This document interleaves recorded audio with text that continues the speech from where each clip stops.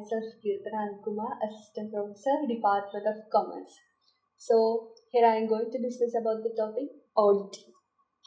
Actually, auditing, the word auditing is derived from the Latin word audire, which means to hear.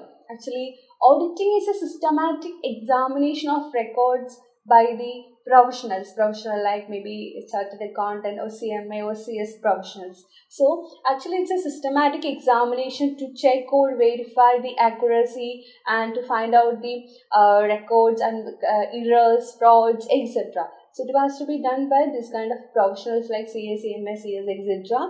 So actually it is a systematic examination. So the features of auditing. So first one is it's a systematic examination by qualified persons. Like we said that it is a systematic examination, which means to verify the records, vouchers, books of accounts, everything will be clearly examined by the professionals, qualified professionals, and they will check the arithmetical accuracy and frauds, errors. They will detect the errors, and they have the right to inquire and ask questions or clear confusions, doubts to the employees.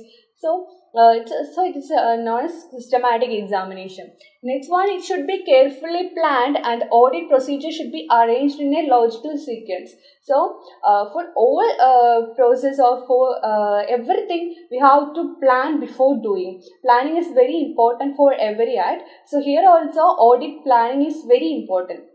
So before starting the audit procedure, the auditor, the person who make the audit is known as auditor. So the auditor will prepare an audit plan before starting the auditing. Based on the audit planning, he will go through all the procedures like auditing, and finally he has to also prepare audit report and submit to the organization and etc.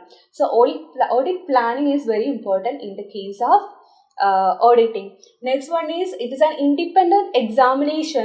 In any situation, the auditor should not be influenced by any other persons. So there are too many other persons may be trying to influence the auditor, but the auditor must be an independent, make an independent examination. He should not be influenced by any other persons, because there may be a possibility of errors, frauds, something like that. So to finding that errors and frauds is the responsibility of auditor, and also the responsibility of auditor is to communicate that kind of errors and frauds to the organization or authorized person.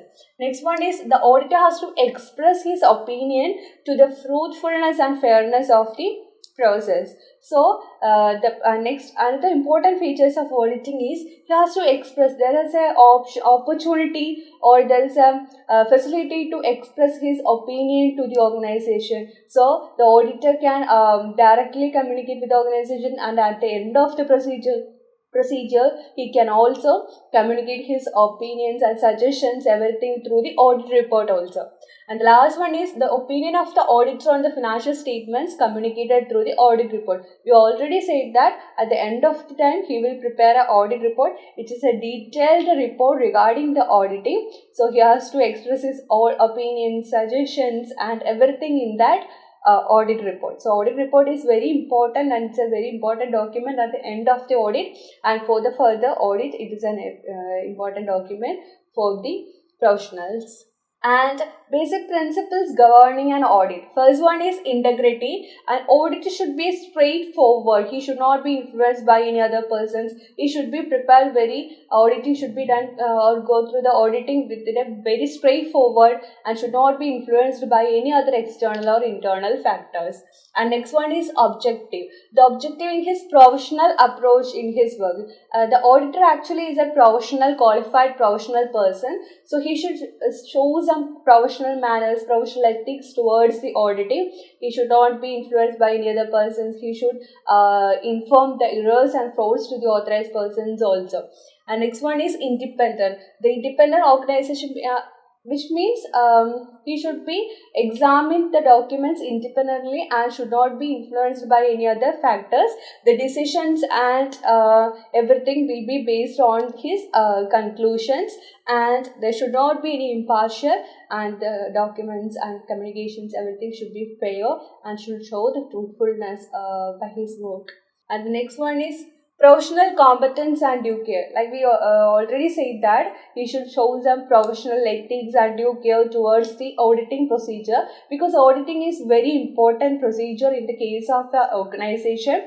At the point of auditing, only we can find some errors and frauds. So auditing is very much important in the case of organization. So the professional, normally the organization completely trust on that person, so he should give his maximum and to give maximum truthfulness and fairness towards the auditing procedure.